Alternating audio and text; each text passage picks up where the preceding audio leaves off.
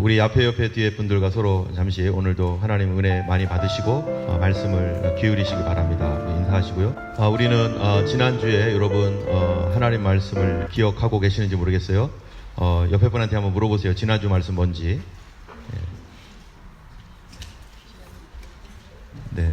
네. 하고 싶은 말씀이 너무 많으셔서 다 말을 못하기 때문에 말을 못하고 계시는군요. 네. 우리 지난주에는요, 기도에 관해서 말씀했습니다. 기도 외에는 이런 유가 나갈 수 없느니라. 기도는 하나님께서 우리에게 요청하신 것인데, 이 기도를 통해서 우리가 능력을 받는 것이 아니라 예수님의 능력이 우리를 통해서 나갈 수 있도록 하나님께서 우리에게 기도를 요청하는 것이고, 이 기도가 풍성해질수록 마치 바다에 물이 풍성할 때 그 안에 해양의 생물들이 많아지고 또 많은 이 지구의 대기를 변화시키는 어떤 큰 일들이 일어나는 것처럼 우리 하나님께서 이 땅에 주님께서 직접 하시고자 하시는 그 일들을 이 기도의 구름 가운데, 기도의 연기 가운데 이 땅에 충만하게 하나님 예수님이 직접 일하고 계십니다. 그래서 그러한 하나님의 예수 그리스도의 놀라우신 그런 역사가 각 교회마다 또한 이 세상 가운데 넘치도록 하기 위해서 우리가 반드시 기도해야 된다는 거. 기도는 우리 주님의 능력이 우리를 통하여서 일할 수 있도록 그러한 문을 열어주는 귀한 통로인 것입니다. 오늘은 십자가에 달리신 예수님의 이 말씀을 통해서 바로 우리의 의인으로서 십자가를 지신 예수님, 우리가 보통은 하나님의 아들로서 십자가를 지신 예수님을 말하지만 우리는 오늘은 인간적인 관점에서 무엇이 의이며 또 의인 되신 예수님의 그 기도가 어떻게 응답이 되며 또 우리는 과연 그렇다면 기도를 어떻게 해야 되는지에 대한 이런 말씀을 함께 나누고자 합니다. 오늘 우리가 본문으로 삼은 마가복음 15장은요 6절부터 47절까지 전체가 예수님의 십자가에 관한 내용입니다. 예수님께서 대제사장들과 서기관들과 바리새인들 이러한 그 사람들의 고소를 받으시고 예수님께서 이 하나님의 아들이라고 하는 그런 말을 했던 것을 가지고 이들이 예수님에 대하여 어떤 마음을 가졌냐면은 신성 모독이다 해서 바로 율법으로는 반드시 죽어야 된다 해가지고 예수님을 죽이려고 했습니다.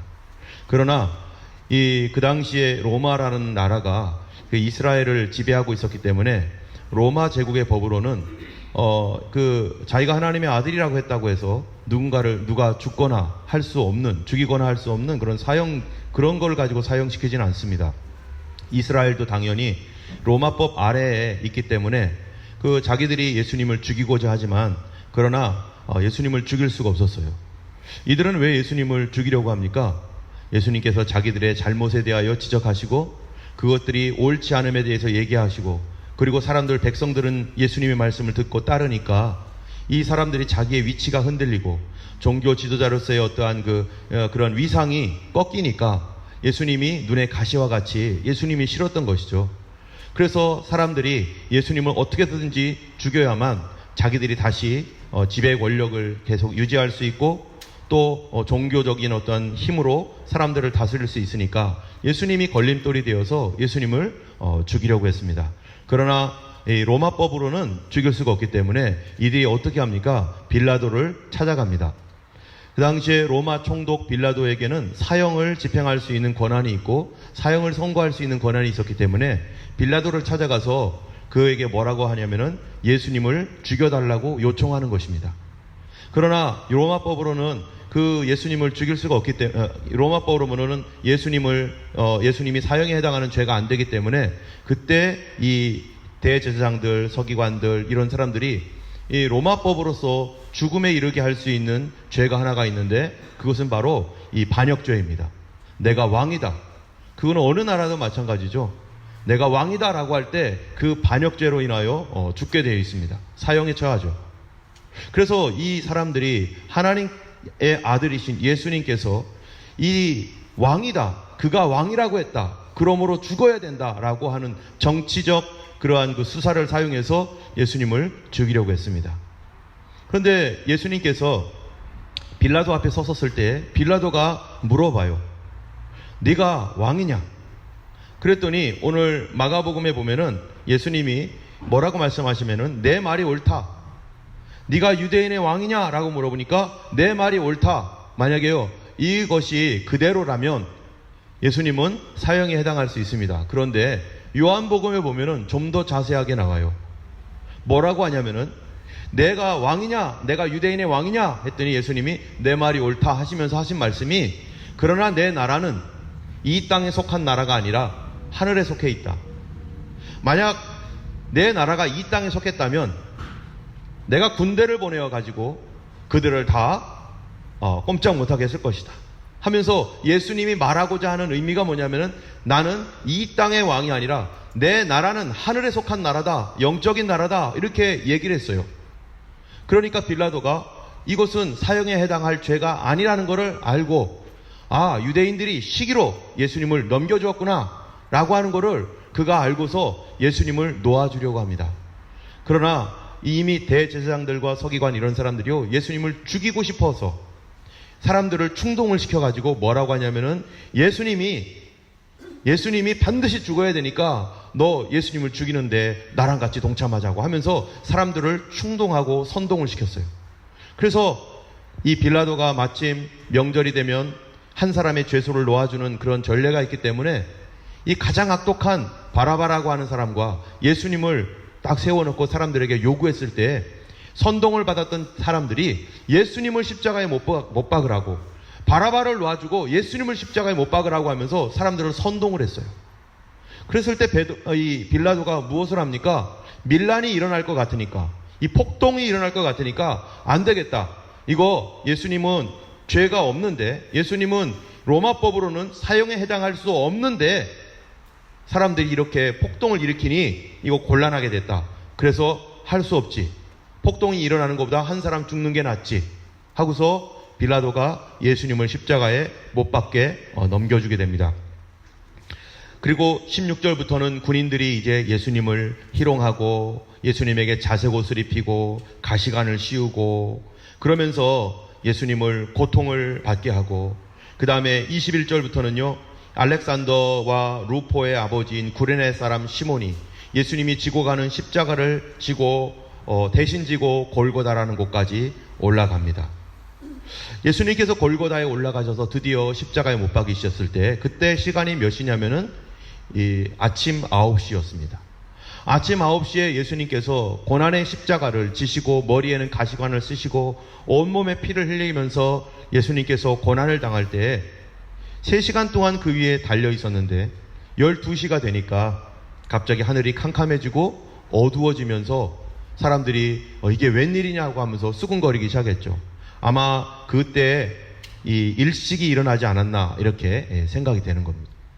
이 캄캄해진 이 하늘 속에서 예수님께서 3시간 동안 그로부터 12시부터 3시까지 이 캄캄해진 가운데서 예수님께서 계속 고난을 받으시는데, 그런데 오늘 본문에 보면은 그 중에 사람들이 여러 가지로 예수님을 욕하면서 단 조금만큼의 동정심도 없이 예수님을 계속해서 그 밑에서 내려와 봐라, 네가 하나님의 아들이면 내려와 봐라 이러면서 예수님을 욕합니다. 그런데 예수님께서 오늘 이 본문 보면은 34절에요. 이렇게 말합니다. 우리 한번 같이 읽어보겠습니다. 제9시에 예수께서 크게 소리 지르시되 엘리 엘리 라바 사박다니아 하시니 이를 번역하면 나의 하나님 나의 하나님 어찌하여 나를 버리셨나이까 하는 뜻이라. 예수님께서 그 고난 가운데 온몸에 피를 흘리고 정말 찢어지는 그런 고난 가운데 마지막으로 예수님이 소리 지르실 때 나의 하나님 어찌하여 나를 버리셨나이까 하면서 예수님께서 외쳐 불렀습니다. 그런데 오늘 본문인 마가복음에는 예수님께서 이 말씀만 한 것만 기록되어 있지만요, 사실 성경 전체를 마태, 마가, 누가, 요한복음 전체를 보면은 예수님께서 7번 말씀을 하셨어요. 십자가에서.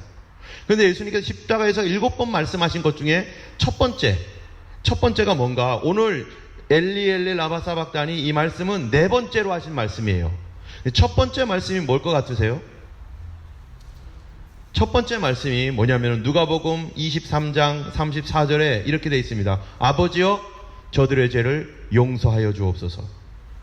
저들은 자기들이 하는 것을 알지 못합니다. 여러분, 죄를 짓는 것 중에 가장 무서운 죄가 뭡니까? 알지 못하고 짓는 죄입니다. 죄인지를 모르고 계속 돌진해요. 내가 이게 죄라는 것을 알면, 아, 이거 내가 잘못했구나, 아, 여기서 그만둬야지 라고 하는 생각, 인식조차 있는데, 근데 그게 죄라는 것조차 모르면 그런 인식도 없이 브레이크 없이 계속 나 잘났다고 계속 돌진합니다. 여러분, 무지한 것이 큰 죄입니다. 죄를 모르는 것이 큰 죄예요. 이게 죄의 속성입니다. 예수님께서 저들이 하는 일을 저들이 알지도 못하고 저렇게 죄를 짓습니다 라고 하면서 그들을 용서해 달라고 예수님께서 십자가에서 외쳤던 그 기도가 여러분 응답됐습니까? 되지 않습니까? 바로 예수님의 그 기도가 응답이 됩니다. 예수님을 십자가에 못 박은 사람들은 두 종류의 사람들이었어요. 하나는 유대 종교 지도자들과 유대인들입니다. 그들이 작당을 해서 대제사장, 서기관, 바리새인, 또 율법학자들, 그리고 군중들, 거기에 모인 모든 사람들이 예수님을 십자가에 못 박아 죽이라고 외쳤고, 그들이 하고 있는 그 일이 뭔지 그냥 도덕적인 양심은 있지만 그러나 당연한 것으로 생각하고 예수님을 죽이려고 그렇게 애를 썼고요. 또 하나는 로마입니다. 로마. 빌라도가 죄가 없음에도 불구하고 예수님을 십자가에 못 박게 내어주고, 또 그 군병들이 예수님을 십자가에 못 박는데 끌고 가고 예수님을 채찍질하고 예수님을 조롱하고 희롱하고 갈대로 때리고 예수님의 머리에 가시관을 씌우고, 그리고 그 씌운 데에다 또 갈대로 때리고 자색 옷을 입혀가지고 조롱하고, 이런 모든 일을 이방인들은 예수님을 조롱하고 십자가에 못 박아 죽이고, 유대인들은 예수님을 죽이는 일에 계획을 세우고 자기들의 미운 감정을 가지고 예수님을 억지로 십자가에 죽이도록 선동하고, 그런데 예수님은 그 위에서 온 세계가, 이방인이나 유대인이나 하나님의 백성들이나 하나님의 백성이 아니라고 하는 사람들이나 다 같이 예수님을 죽이겠다고 알고 하든 알지 못하고 하든 달려들고 있는 그들에게 예수님께서 십자가 위에서 저들의 죄를 용서하옵소서, 저들이 하는 것을 알지 못하나이다. 여러분, 그러면 어떤 사람들이 용서를 받습니까? 그 죄에 대하여. 아하, 우리가 예수님을 죽였구나, 우리가 무고한 예수님을 죽인 사람들이라고 하는 거기에 대하여 알게 될 때 하나님 앞에 회개하게 되고 용서받게 되는 거죠. 이 땅에 있는 모든 사람들이 예수님이 하나님의 아들인 줄 모르고 십자가에 못 박아 죽이고, 예수님을 하나님의 아들인 줄 믿지 아니하고 십자가에 못 박아 죽였다는 거예요. 이 땅에 그냥 오신 예수님을 누가 그냥 알아봅니까? 하나님의 아들로. 우리들도 다 그랬죠. 우리가 예수님 믿기 이전에 교회를 욕하고 예수님을 욕하기도 하고 하나님에 대한 신앙을 조롱하기도 하고, 안 그랬던 사람이 어디 있겠어요? 우리의 모든 이방인들이나 유대인들이 그랬던 것처럼 우리도 똑같이 예수 믿기 이전에는 주님을 영접지 않고 주님에 대하여 악한 감정을 가지고 그분이 어떻게 되든지 조롱하면서 눈꽃만큼의 동정심도 없이 그렇게 살아왔던 것이 바로 우리들인데, 무엇 때문이라고요? 몰랐기 때문이라는 겁니다. 무지가 너무나 큰 죄입니다. 그런데 바로 몰랐던 사람들이 말씀을 듣고 깨달으면서 우리가 하나님의 아들을 죽였구나, 우리가 잘못했구나 라고 깨달았었을 때, 베드로가 사람들 앞에 서서 정말로 이 요엘의 선지자의 얘기처럼 성령께서 임하셨던 그 얘기를 들으면서 너희가 바로 십자가에 못 박아 죽인 그분은 하나님의 아들이라고 했을 때 어떤 현상이 일어났습니까? 그 당시에 3,000명이나 되는 사람들이 우리가 어찌하면 좋을까, 우리가 어찌하면 좋을까 하면서 그들이 이제서야 깨달아진 거예요. 우리가 예수님을 죽였구나, 내가 잘못했구나. 그게 바로 믿음의 시작이고 그게 바로 생명 얻는 구원인 것입니다. 여러분, 주 예수를 믿으라 그리하면 너와 내 집이 구원을 얻으리라 하신 말씀에서 믿기 위해서 뭐부터 시작돼야 됩니까? 바로 각각 예수 그리스도의 이름으로 죄 사함을 받아야 되는 거예요. 회개하고 죄 사함 받지 않으면 우리가 믿음의 자리로 들어올 수가 없고, 내가 얼마나 큰 죄인인지 깨닫지 못하고 믿지 못하면 우리가 예수님을 믿을 수가 없어요. 그것을 가리켜 성경에서는 뭐라고 말합니까? 좁은 문이라고 말하는 거죠. 여러분, 회개하고 예수님 믿습니까? 내가 예수님을 죽인 그 죄인이고 나의 죄 때문에 예수님이 십자가에 달려 죽으셨다는 거에 대하여 우리가 그거를 믿고 예수님을 믿고 있는 겁니까? 아니면 그냥 교회를 나오고 있는 것입니까? 반드시 이 문을 통과해야 되는데요. 바로 이게 이 길로 걸어가는 것이 하나님의 크신 은혜인 것입니다.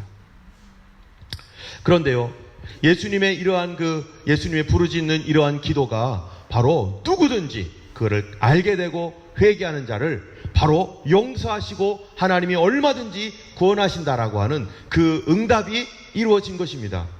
지금 우리 모두는 예수님 다 몰랐던 사람이지만, 욕했었지만 예수 믿게 되었을 때 주님께서 어떻게 하셨어요? 다 영접해 주시고, 다 우리가 여기 와 있잖아요. 다 예수님의 자녀가 오히려 하나님의 자녀로서 이제는 권세를 누리고 있는 것입니다. 자, 그런데요, 우리는 오늘 예수님이 십자가 지셨을 때 첫 번째로는요, 예수님은 하나님의 아들로서 십자가를 졌습니다. 그런데 또 다른 관점에서, 하나님의 아들이 아닌 인간적인 관점에서 봤을 때 예수님은 죄 없는 예수님이 십자가를 졌다는 거예요. 여러분, 죄가 없다는 말을 다른 말로 하면 뭡니까? 의인이라는 거예요. 의인으로서 예수님께서 억울하게 십자가를 졌던 것입니다. 그러면 우리는요, 하나님의 아들이신 예수님이 우리 죄를 위하여 십자가를 진 것과 그분이 죄 없이 십자가를 진 것에 대하여 우리는 다 영접합니다. 예전에는 우리도 다 그거를 영접하지 않았어요. 아, 예수님이 왜 나를 위해 죽어? 2000년 전에 죽으신 분이 나와 무슨 상관이야?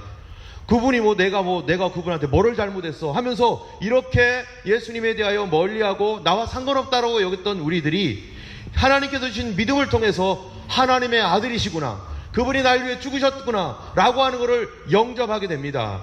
그런데요, 불신자들은요, 지금도 예수님을 안 믿는 사람들은 어떡합니까? 첫 번째 것인 예수님에 대하여 하나님의 아들이라는 것을 믿지 않을 뿐만 아니라 예수님을 설상 이 땅에 실제로 계셨던 분이라고 그들이 인정한다 할지라도 어떻게 그분을 믿는다고 구원을 받으며, 그분이 왜 내 죄를 위해 죽었으며, 그분이 어떻게 하나님의 아들이냐, 그분은 이 땅을 살았던 한 사람일 뿐이다, 그분을 존경할 수는 있어도 우리가 왜 그를 믿어야 되며 그가 무슨 하나님의 아들이냐, 그리고 왜 죄가 없다고 말하느냐, 모든 사람들이 죄가 있는데 그분은 어찌하여 죄가 없다라고 말하는가 라고 하면서 예수님의 의인됨, 예수님의 이 죄 없음에 대하여 절대로 받아들일 수도 없고 인정할 수도 없는 것입니다.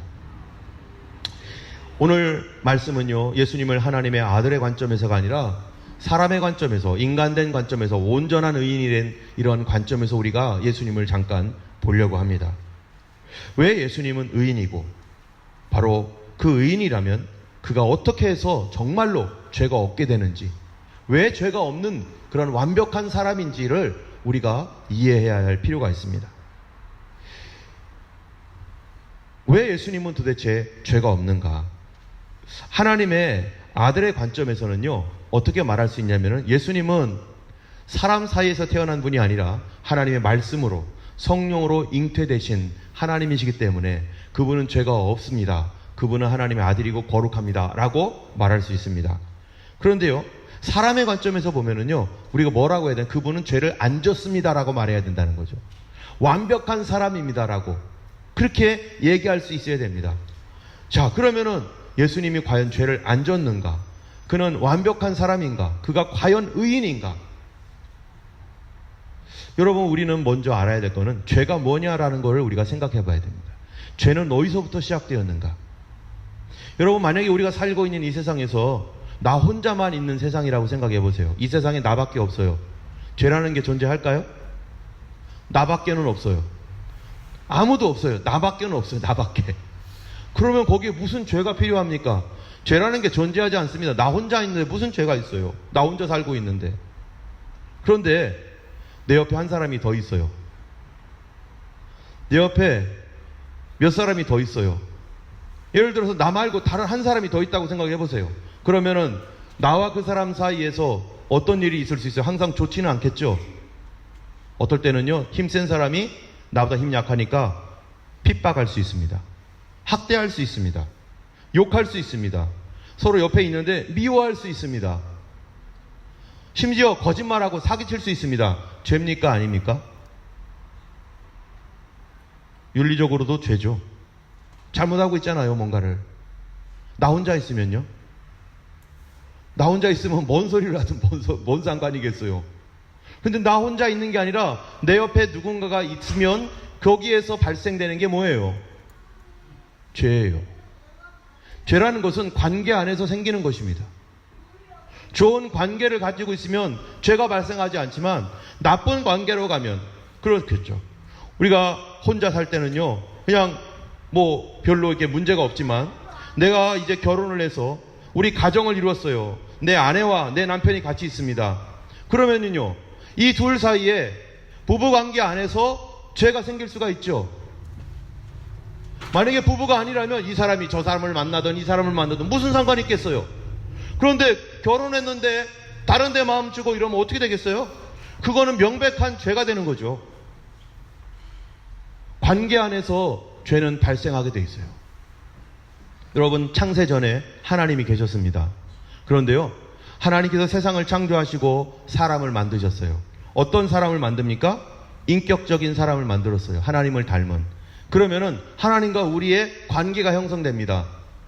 하나님과 우리의 관계가 형성되면은 거기에서 필연적으로 나올 수밖에 없을 수 있는 게 뭐예요? 죄죠. 죄가 나올 수밖에 없는 거예요. 여러분, 근본적인 죄라는 게 뭡니까? 근본적인 거. 그건요, 관계에서 시작됩니다. 나 혼자 있으면 시작되지 않아요. 그래서 하나님께서 사람을 만드시고 아담과 하와를 만드신 다음에 그들에게 하나님께서 이 관계가 온전해지고 완벽해지고 계속적인 하나의 연합됨 가운데 있기 위해서 하나님께서 요구하신 게 있는데 그게 뭐예요? 선악을 알게 하는 나무의 열매는 먹지 말아라. 먹으면 정녕 너하고 나하고 깨져버린다. 죽는다. 하나님께서 딱 한 가지를 그들에게 너하고 나 사이에 법을 하나 만들자. 우리 서로 좋은 관계로 영원히 하나님과 사람 사이에 영원한 관계로 가기 위해서 이거 하나 지켜라. 하나님 한 개를 요구하셨어요. 여러분, 하나님 얼마나 선하신 하나님입니까? 나 같으면 몇 개 요구하겠어요? 여러분 같으면은요. 여러분이 누군가를 만들어 놨어요.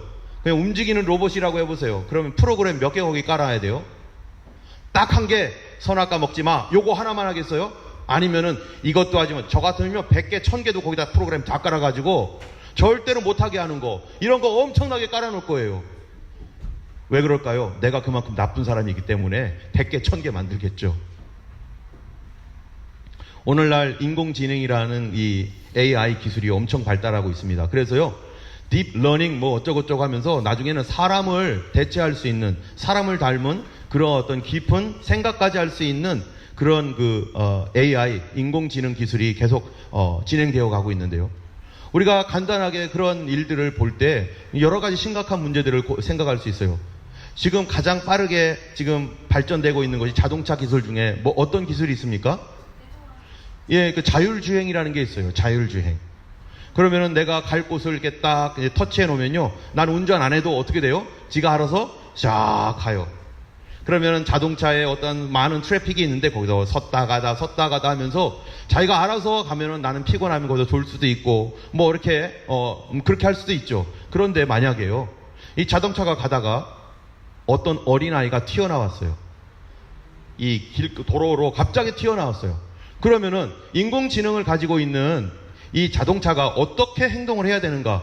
거기다 어떤 프로그램을 집어넣어야 될까요? 1번, 어린아이를 치지 않게 하여 무조건 어린아이를 치지 않는다. 무조건 어린아이를 치면 안 되죠? 어린아이를 치지 않기 위해서 모든 수단을 다 동원한다.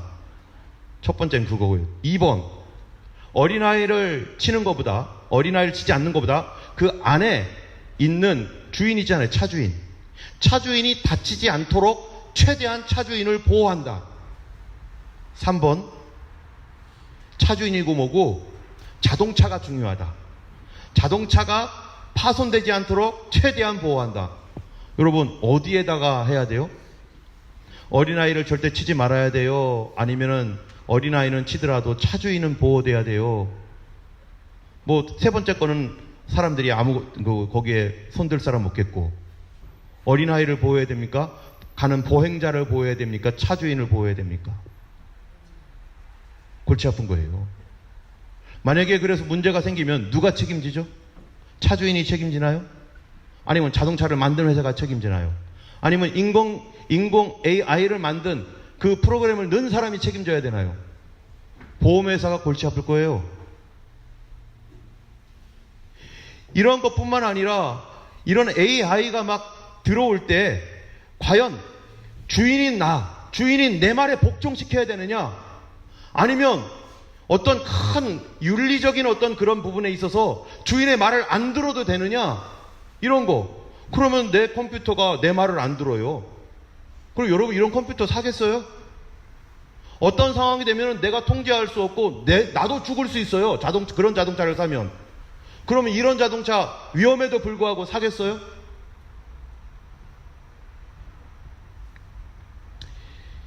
각자의 입장이 있기 때문에요. 복잡합니다. 그런데 하나님께서는요, only one, 한 개만 줬어요. 선악을 알게 하는 나무로의 열매는 먹지 말아라.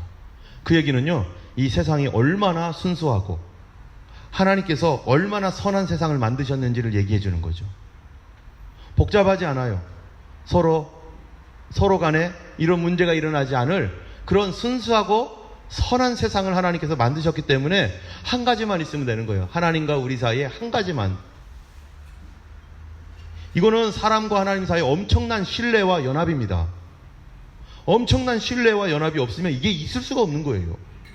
그만큼 하나님께서 우리를 사랑하셨고 우리에 대하여 그렇게 신뢰하는 그런 관계 안에서 하나님이 우리를 창조하셨다는 거예요. 여러분, 우리가 하나님은 어떤 분이라고 믿냐면 삼위일체 하나님입니다. 여러분, 삼위일체라고 하는 것이 어떤 겁니까? 성부, 성자, 성령, 이 세 인격을 가지신 분이 한 분이라는 거예요.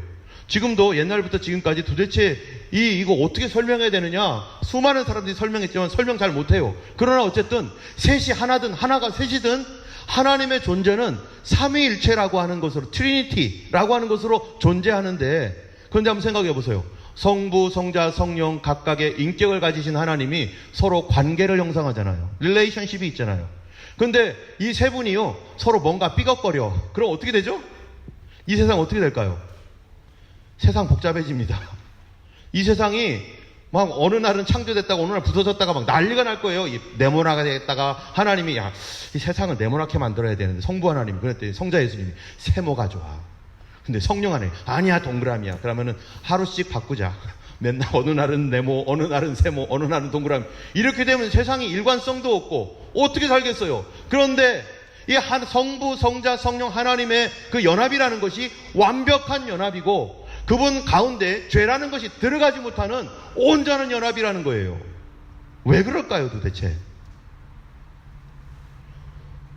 세 분 하나님 사이에 아무런 문제가 없다라는 거. 인간들 사이에는 복잡해가지고 서로 가정 안에서도 그냥 연합이 안 돼가지고 이거 하나 되느라고 너무너무 힘든데, 자녀들과 마음을 맞추는데도 너무너무 힘든데, 여기서 우리는요, 예수님이 하나님의 아들로서 죄가 없다고 할 때 그게 어떤 의미인지를 우리가 알 수 있습니다. 아까 말했어요. 죄는 어디서부터 발생했다고요? 관계에서 발생했어요. 관계가 있는 곳이라면 어느 곳에든지 죄가 일어날 가능성이 얼마든지 있어요. 그런데 성경에서는 예수님이 죄가 전혀 없대요. 여러분, 죄의 가장 근본적인 문제는요, 관계의 문제인데, 사람과의 관계 문제가 먼저입니까? 하나님과의 관계 문제가 먼저입니까? 아담과 하와의 관계가요, 아담과 하와가 싸웠습니까? 두 사람 관계가 아니라 누구와의 관계가 가장 처음 시발이 됐어요? 하나님과 사람과의 관계였어요. 죄의 가장 근본적인 곳으로 들어가려면 사람과의 관계, 이것도 중요하지만 이거보다 먼저 하나님과 나와의 관계에서 죄가 시작되었고, 그리고 이 죄로 말미암아 타락된 인간이 사람과의 관계가 깨져버렸기 때문에 하나님과의 관계도 깨졌고 사람과의 관계도 깨지니까 누구와의 관계도 깨져요? 자연과의 관계도 깨지는 거죠. 모든 관계의 핵심에는 하나님과 사람과의 관계가 있는 거예요. 여러분, 질병도 가장 근본적인 질병이 있기 때문에 그 근본을 고쳐야 되는 것처럼 겉으로 나타나는 현상 고치는 게 중요한 게 아니라 그 근본적인 것, 그거는 인간의 죄의 근본은 하나님과 나와의 관계가 깨져버렸다는 것입니다. 그런데 예수님은 어떻게 죄가 없는가? 여러분 성경 요한복음 5장 한번 읽어보겠습니다. 30절 함께 읽겠습니다. 시작. 내가 아무것도 스스로 할 수 없노라. 듣는 대로 심판하노니 나는 나의 원하는 대로 하려 하지 않고 나를 보내신 이의 원대로 하려 하는 거로 내 심판은 의로우니라. 여러분 여기서 보면 예수님이 내 심판이 의롭대요. 여기서 심판이라는 말을 다른 말로 말하면 내 판단, 내 결정 이렇게 얘기할 수 있죠. 예수님께서 판단하는 게 의롭대요. 의로운 분이 의롭게 판단하겠죠. 그런데 왜 의로운가? 여러분들이 어떤 가정 안에서, 사회 안에서, 교회 안에서 뭔가를 결정했어요. 그럴 때 여러분이 내 판단 의로워 이렇게 말할 수 있어요? 내가 결정한 거는 의로워 라고 어떻게 말할 수 있습니까? 그런데 예수님은 뭐라고 했냐? 왜 의롭냐고 말하냐면은 이렇게 해요. 내가 아무것도 뭐 할 수 없다고요? 스스로 할 수 없다. 나는 듣는 대로 심판하노니 그 다음 말이 뭐예요? 나는 나의 원대로 하려 하지 않고 나를 보내신 이의 원대로 하려는 거로 그래서 내 심판이 의롭다. 예수님은요 뭐가 없다는 거예요? self motive, plot, 사심이 없다는 거예요. 사심이. selfishness 맞죠? 내 이기심이 없다. 나는 하나님과 나 사이에 나는 내 것 챙기려고 하는 이기심 없이 나는 그 하나님의 뜻대로만 하려고 한다. 그래서 하나님과 예수님 사이에는 뭐가 없다는 거예요? 죄가 없다. 의롭다.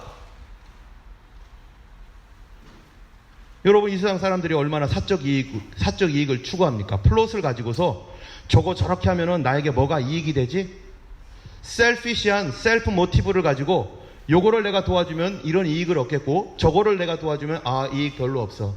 저런 사람 사귀면 저 사람 아니고요. 이 사람 사귀면 뭔가 얻을 게 있어. 뭔가 선한 일을 하고 좋은 일을 해줄 때도 뭔가 나에게 이익이 되면 그 플롯을 마음에 숨기고 마치 도와주는 것처럼 얼마나 그렇게 합니까? 그런데 그 마음을 자세히 알고 보면은 뭐예요?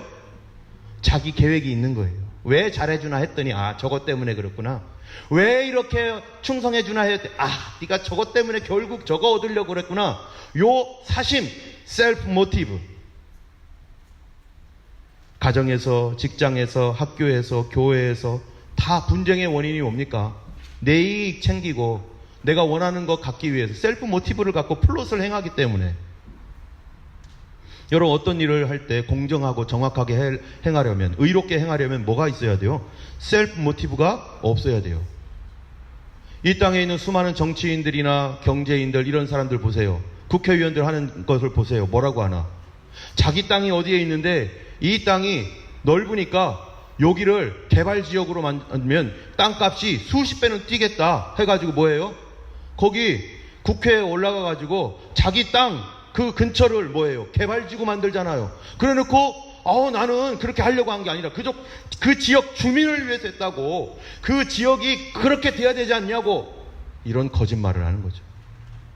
사실은 자기 땅값 올리려고 해놓고 건물 하나 사놓고 그 주변을 새로운 도로가 나게 하는 그런 일들을 하면서 뭐라고 말합니까? 그 도로가 필요하다고. 그런데 사실은 자기가 거기 건물이 있으니까. 이런 일을 얼마나 많이 합니까? 그래 놓고 겉으로는 뭐라고 해요? 마치 자기는 그런 동기 하나도 없는 것처럼. 이게 가증한 거 아니겠어요?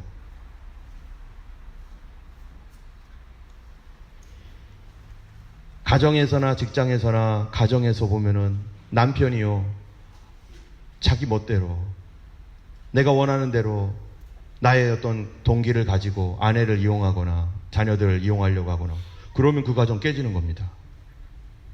예수님은 왜 의인입니까?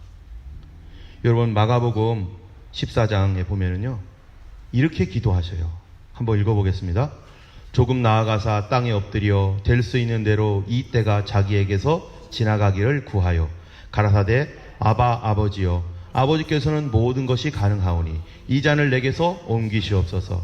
그러나 나의 원대로 마옵시고 아버지의 원대로 하시옵소서. 예수님은 그러나 예수님도 고통받기 싫습니다. 예수님도 고난의 십자가 들고 가면서 채찍 맞고 조롱받으면서 십자가에서 찢어지는 고통을 받고 싶지 않아요. 예수님도.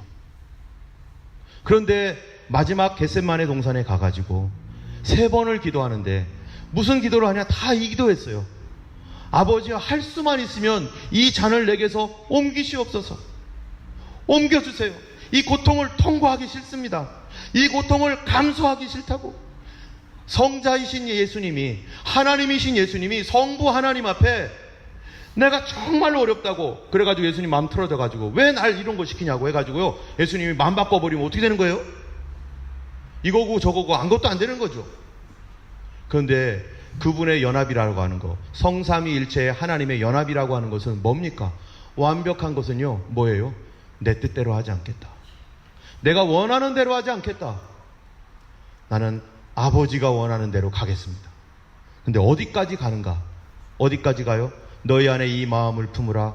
곧 그리스도 예수의 마음이니 그는 하나님의 본체시나 하나님과 동등됨을 취할 것으로 여기지 아니하시고 오히려 자기를 비어 종의 형체를 가져 사람들과 같이 되었고 사람의 모양으로 나타나셨으며 자기를 낮추시고 죽기까지 복종하셨으니 곧 십자가에 죽으심이라. 여러분, 진짜 의로움이 뭡니까? 예수님을 왜 의롭다고 우리는 얘기합니까? 진짜 죄가 뭡니까? 바로 참된 의로움은 내 마음대로 하려고 하지 않는 거예요. 그 관계 안에서 내가 내 뜻대로 하지 않겠다. 당신의 뜻대로 되기를 원합니다. 내가 어떻게 될지라도, 죽을지라도, 내가 죽어도 당신의 뜻대로 되기를 원합니다. 이게 예수님의 하나님 앞에서의 연합이었고 하나됨이었어요.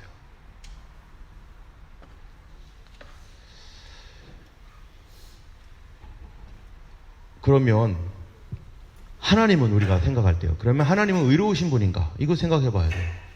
여러분, 하나님이 의롭다라고 한다면은 하나님끼리 있으면 무슨 의로움이 있겠어요? 하나님끼리라고 하니까 이상하다 좀. 죄송합니다. 이게 하나님 혼자만 있다면 무슨 의로움이 있든지 죄가 있든지 뭐가 있겠어요? 그런데 관계가 생기면 의로움이 있어요. 관계가 생기면 거기 죄가 발생한다죠. 아까 우리는 성부, 성자, 성령 하나님 안에 완벽한 하나됨으로 그분이 하나가 될 때 어떻게 하나가 되었는가를 우리가 알 수 있습니다. 예수님은 누구 뜻대로요? 하나님 뜻대로. 하나님 앞에 자기의 것을 주장하지 않고 그렇게 하고, 하나님은요, 오늘 본문에 볼 때 하나님 어떻게 하셨는가? 만약에 하나님께서 예수님을 보내지 않으셨어도 됩니다. 하나님이 고통 안 받으셔도 돼요. 그런데 사람과의 관계 안에서 하나님이 과연 사심이 없는가? 셀프 모티브가 없는가? 만약에 하나님이 타락한 인간, 내 맘대로 할 거예요 하나님 하고 선악과를 뚝 따먹어 버렸어요. 그래서 내가 원하는 대로 막 살아가고 하나님의 뜻보다는 하나님과의 관계를 깨뜨리면서 관계가 깨지든 말든 나는 내가 원하는 거 얻으면 돼 하고서 나가버린 인간에 대하여 하나님은 어떻게 하면 돼요? 포기하면 되죠. 끝. 이제 더 이상 신경 안 쓸 거야 하고 끝 하면은 인간은 알아서 살든지 뭐 하면 되죠. 자녀가 나갔으면 알았어, 이제 네 맘대로 해 하고 끝 하면 되는데, 하나님께서 어떻게 하시는 겁니까? 버리지 못해요, 사람을. 하나님께서 자기를 생각한다면 편안함과 안정됨과 또 그 기쁨 이런 거를 위해서 하나님은 사람을 포기하면 되는데, 하나님께서 사람을 포기하지 않습니다. 오히려 기꺼이 자기 자신이 고통을 받기 위해서 예수님이 이 땅에 내려오셔서 그 고난을 다 당하시고 죽습니다. 도대체 무엇 때문에? 하나님이 편안하려면 안 그래도 되는데 누구를 위해서 도대체 그런다는 겁니까? 바로 불쌍한 인간들을 위해서. 자기밖에 모르고 그렇게 서로 아웅다웅하며 싸우면서 지지고 볶고 있는 인간들을, 그 하나님 싫다고 해서 도망간 인간, 그러다가 멸망받으면 끝날 인간을 사랑하시고 불쌍히 여겨서, 그런 사람들이 사는 세상이 어떻습니까? 맨날 지지고 볶고 수많은 범죄와 악이 극성을 부리고 있는 시대에 우리가 현재 살고 있잖아요. 그거를 하나님 팔짱 끼고 가만히 보시는 게 아니라 내가 저리로 들어가야겠다, 내가 저들을 구원해야겠다, 내가 거기서 뛰어 들어가야겠다, 그래서 예수님께서 죄값을 치르기 위하여 우리에게 오셨는데 하나님을 위한 것입니까? 죽어가는 우리를 살리기 위해서. 그런데도 안 받아들여요. 그런데도 우리는 안 받아들인다는 거죠. 그럼에도 불구하고 받아들이는 사람들을 위하여 예수님을 보내주시고 하나님이 그 고난의 길을 걸어가시는 거죠. 요한일서 4장 10절 읽어보겠습니다. 사랑은 여기 있으니 우리가 하나님을 사랑한 것이 아니요 오직 하나님이 우리를 사랑하사 우리 죄를 위하여 화목제로 그 아들을 보내셨습니다. 우리가 사랑한 게 아니라 하나님이 우리를 사랑했다는 거예요. 내가 하나님을 선택한 게 아니라 하나님이 나를 선택해서 예수님을 보냈는데 예수님은 편안한 그 자리를 내려두고 이 땅에 오셔서 결국 뭐가 됐다는 거예요? 화목제물. 하나님과 우리 사이를 화목하게, reconciliation, 화목하게 하기 위해서 예수님이 고난을 당하여 죽었습니다. 여러분, 나와 우리 가정에 우리 아내가 있는데요, 서로 엄청나게 싸웠다고 해보세요. 그런데요, 이 싸움의 관계를 말리고 이걸 화목하게 하기 위해서 어떤 아이가 엄마 나 그럼 나 죽을 거야, 엄마 아빠 저렇게 하면 난 못 살아 하고서 두 손을 꼭 잡는다면은 이거 뿌리치겠어요? 아이들이 엄마 손 아빠 손 잡고 있으면. 하나님께서 이 하나님과 원수되어 있는 이 관계를 예수님이 그 중간에 들어가 가지고 사람의 손을 잡고 하나님의 손을 잡고 예수님이 내 피로 이들을 용서합니다 하면서 예수님이 이 손을 잡고 있는데 사람은 손 놓으세요 주님, 나 하나님 같이 화목 안 할 거예요. 하나님은 그것 때문에 예수님을 십자가에 못 박았는데 우리를 오라고 손을 잡았더니 왜 구창케 굴어요? 놓으세요 이거. 날 좀 가만두세요. 그러며 뛰쳐나간다면은 이거 어떡하는 거예요? 그럼에도 불구하고 하나님이 어떡하십니까? 끝까지 기다리고 끝까지 참고 그의 인생이 마지막 숨을 거두는 그 시간까지 계속해서 하나님은 열어두셨다는 거예요.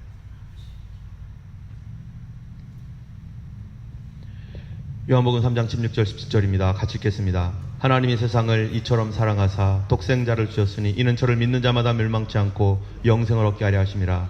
하나님이 그 아들을 세상에 보내신 것은 세상을 심판하려 하심이 아니요 저로 말미암아 세상을 구원하려 하심이라. 요한복음 6장 40절입니다. 내 아버지의 뜻은 아들을 보고 믿는 자마다 영생을 얻는 이것이니 마지막 날에 내가 이를 다시 살리리라 하시니라.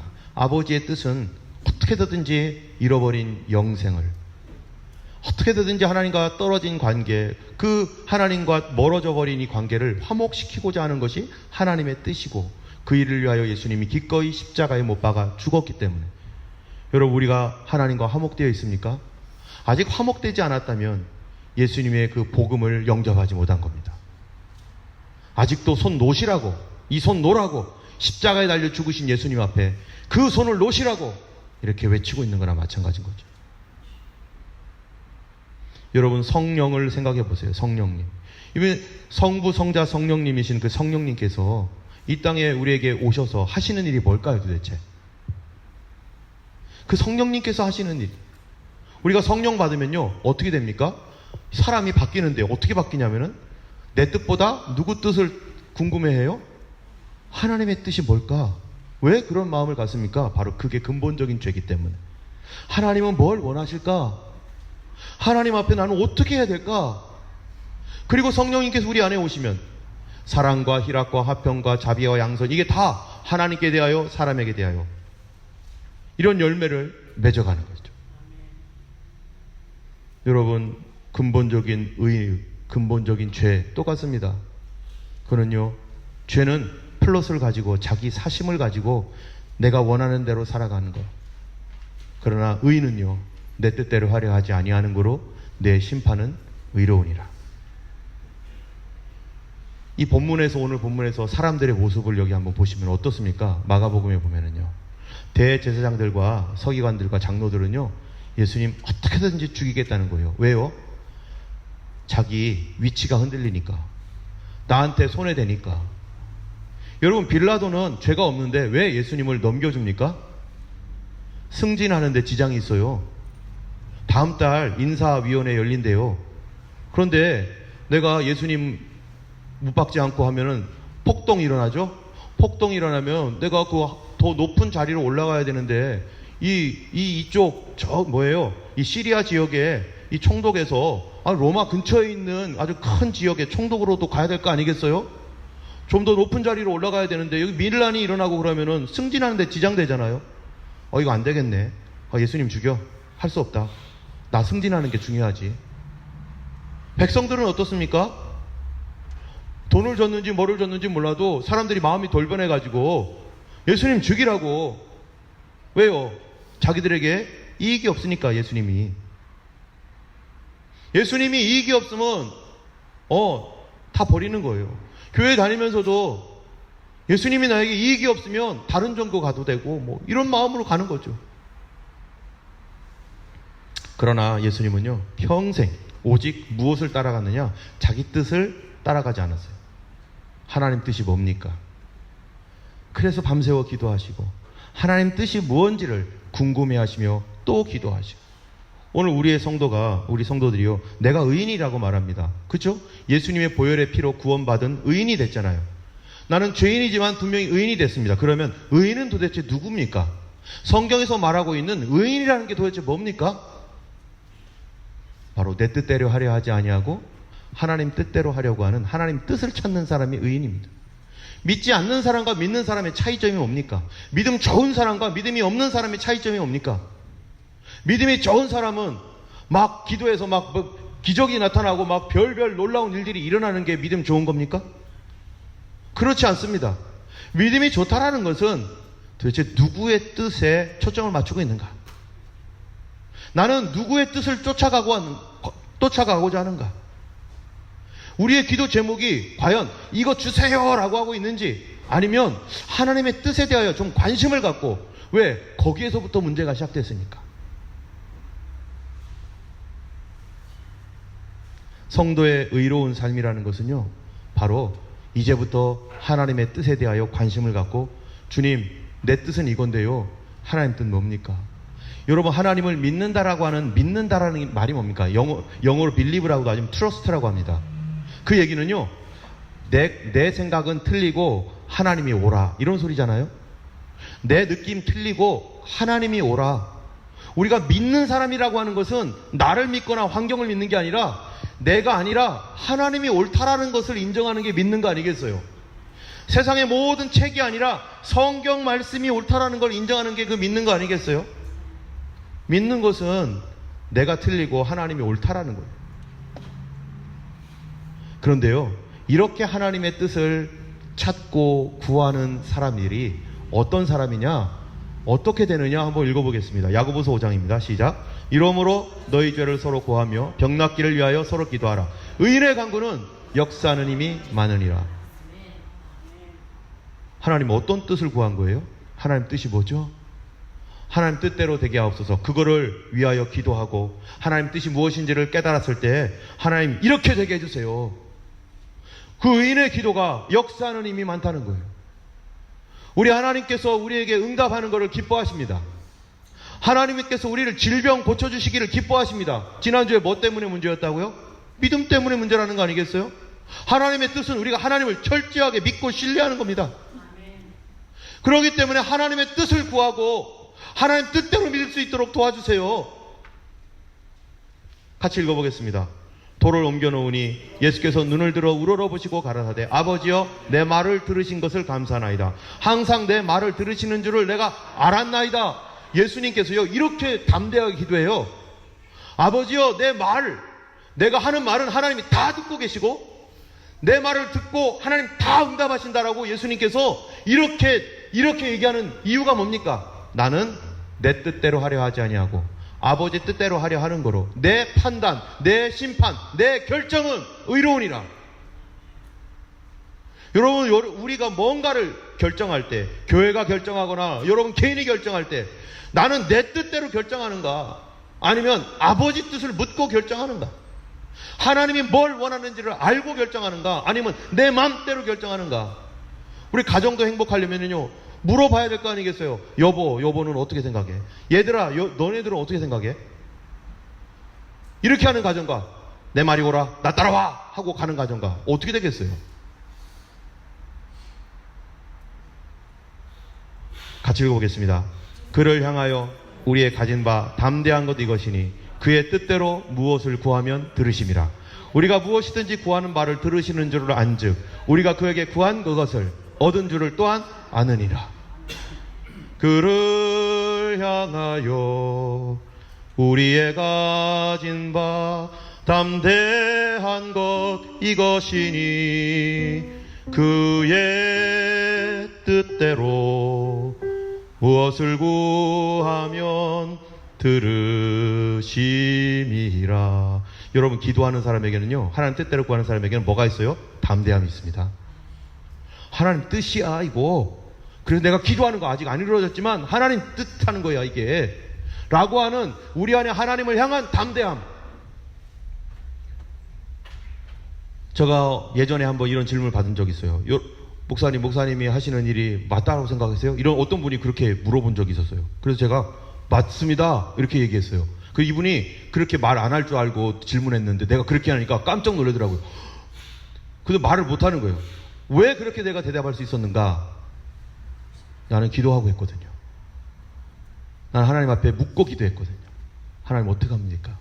내 뜻대로 않고 나는 아버지 뜻대로 하겠습니다. 그것이 나에게 손해가 나건 나의 삶에 어떤 문제가 오건 하나님이 옳습니다.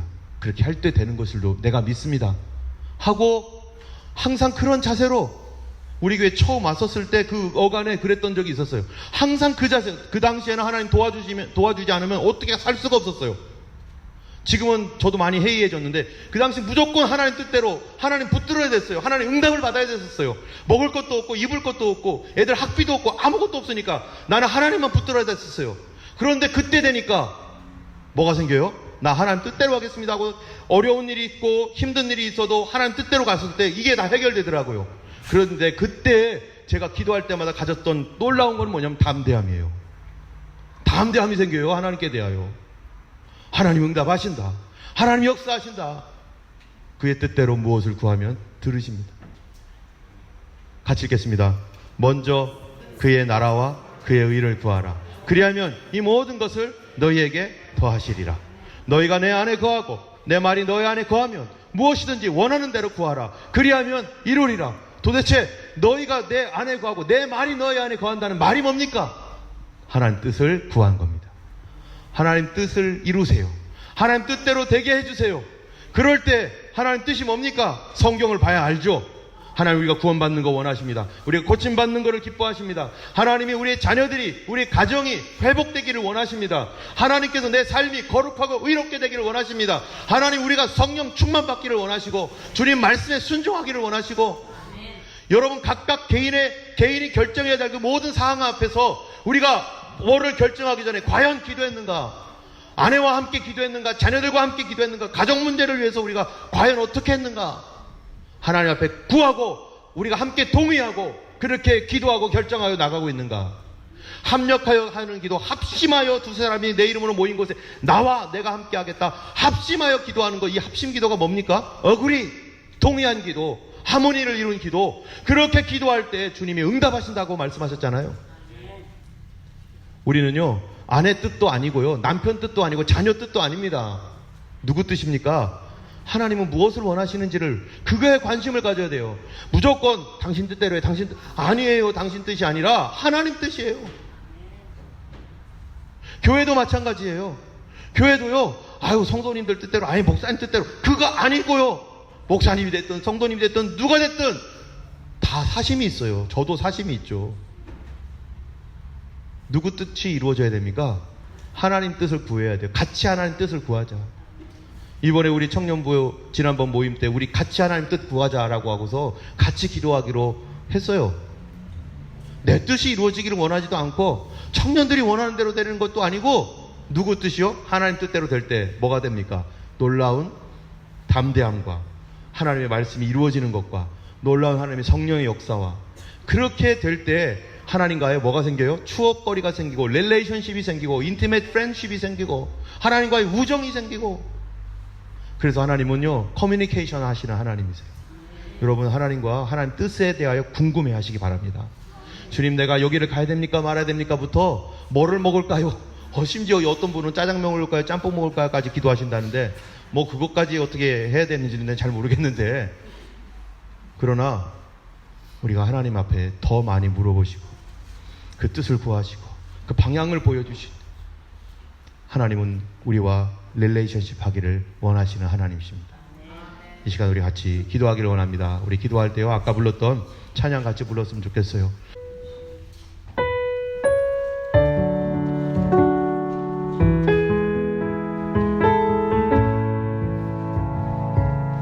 하나님의 사랑을 알아보지라. 우리 주여 감창하시고 하나님 주의 뜻을 알려주시고 주의 뜻대로 살지 못했던 거, 내 뜻을 고집했던 거 용서하시고, 우리 가정에서도 하나님 내가 마음대로 하려던 거 용서하시고, 억울해하고 동의하지 않는데도 불구하고 내 마음대로 하려고 했던 거 하나님이 용서하시며, 하나님 다시 주님의 마음을 닮아서 내 뜻대로 원하지 아니하고 아버지 뜻대로 살아가도록 도와주시옵소서. 우리 교회 그런 가정 되도록 역사하여 주시도록 함께 기도하겠습니다. 걸어가신 하나님 아버지, 우리는 하나님과의 관계에서 언제나 의롭지 못했고, 우리는 하나님 우리 가정 안에서나 사회 안에서 의롭지 못한 사람이었고, 우리는 교회 안에서도 하나님 의롭지 않았습니다. 하나님의 뜻보다는 나의 아버지 원하는 것과 내가 갖고 싶은 것을 구했던 것들을 아버지 하나님의 뜻과 상관없이 아버지 하나님이여 참으로 군중들처럼, 빌라도처럼, 대제사장과 서기관 바리새인처럼, 아버지 하나님 주님을 믿는다 하지만 안 믿는 사람처럼 언제나 내 뜻을 앞세우며 하나님 뜻과 상관없이 살아왔던 우리를 용서하시고, 혹시 우리 교회가 그런 것이 있다면 주여 교회도 용서하여 주시고 저도 용서하여 주시고, 우리 가정 안에서 남편과 아내가 동의하지 아니하고 하나님 뜻을 아버지 하나님이여 참으로 거슬리며 아버지 동의 없이 하나님이여 참으로 살아왔던 것도 있다면 주여 하나님의 가정이 다시 화목되어져서 내 뜻이 아니라 아버지 뜻을 구하며 함께 주님의 뜻을 찾아가는 가정이 되고 함께 하나님의 뜻을 구하는 가정이 될 수 있도록 도와주시옵소서. 이제는 우리 주 예수 그리스도의 놀라우신 은혜와 하나님 아버지의 크신 사랑과 성령님의 감화감동 인도 위로 교통하시며 이제 하나님의 뜻을 구하며 주님만 바라보고자 하는 모든 주의 백성들 머리 위에 이제로부터 영원토록 함께 하시기를 간절히 축원하옵나이다.